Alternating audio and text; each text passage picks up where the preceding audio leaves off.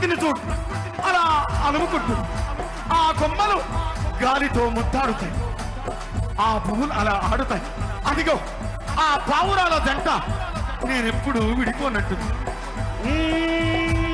విడిపోయిన బంధమా, చెదిరిపోయిన స్నేహమా, ఎనబాసిన గీతమా, ఎదర నిండ గాయమా, పువ్వులు పుప్పొడిలా పువ్వులు పుప్పొడిలా పవిత్ర బంధమా, పరమా